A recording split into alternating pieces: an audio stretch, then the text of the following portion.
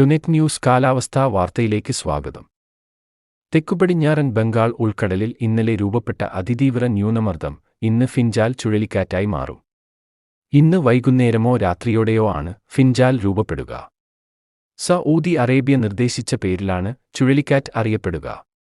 Arabian മുല്ലപ്പൂ എന്നാണ് അറബി ഭാഷയിൽ ഫിൻജാൽ എന്നതിനർത്ഥം. ഹീബ്രു ഭാഷയിൽ കർഷകൻ എന്നും അർത്ഥമുണ്ട്. തെക്കുകിഴക്കൻ ശ്രീലങ്കയ്ക്ക് സമീപത്തുവെച്ചാണ് ഇന്നലെ അതിതീവ്ര ന്യൂനമർദ്ദം രൂപപ്പെട്ടത്. ശ്രീലങ്കയ്ക്ക് കിഴക്കുള്ള തീരത്തുവെച്ചാണ് ഇന്ന് ചുഴലിക്കാറ്റ് രൂപപ്പെടുക. മറ്റന്നാൾ വരെ ശ്രീലങ്കയ്ക്കും തമിഴ്നാടിനും ഇടയിലായി ഫിൻജാൽ ചുഴലിക്കാറ്റ് നിലകൊള്ളും.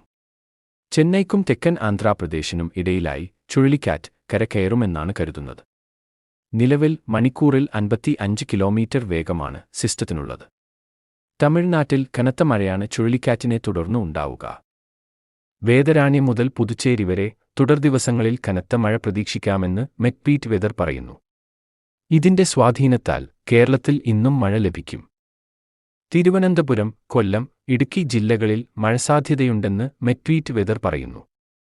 അതേസമയം ചുഴലിക്കാറ്റ് രൂപപ്പെടുന്നതോടെ മഴ കേരളത്തിൽ ഇന്ന് കുറയുമെന്നാണ് പുതിയ കാലാവസ്ഥാ മോഡലുകൾ നൽകുന്ന സൂചന. എന്നാൽ തമിഴ്നാട്ടിൽ മഴ കൂടും. ശനിയാഴ്ച കേരളത്തിൽ മഴ വീണ്ടും എത്തുമെന്നും ശനി, ഞായർ, തിങ്കൾ ദിവസങ്ങളിൽ പരക്കെ മഴയ്ക്ക് സാധ്യതയുണ്ടെന്നും മെറ്റ്വീറ്റ് വെതർ പറയുന്നു. ചൊവ്വാഴ്ച മഴ വടക്കൻ കേരളത്തിൽ തുടരാനും സാധ്യതയുണ്ട്. കാലാവസ്ഥാ വാർത്തകൾ കൃത്യമായി ലഭിക്കാൻ ചാനൽ സബ്സ്ക്രൈബ് ചെയ്യുക.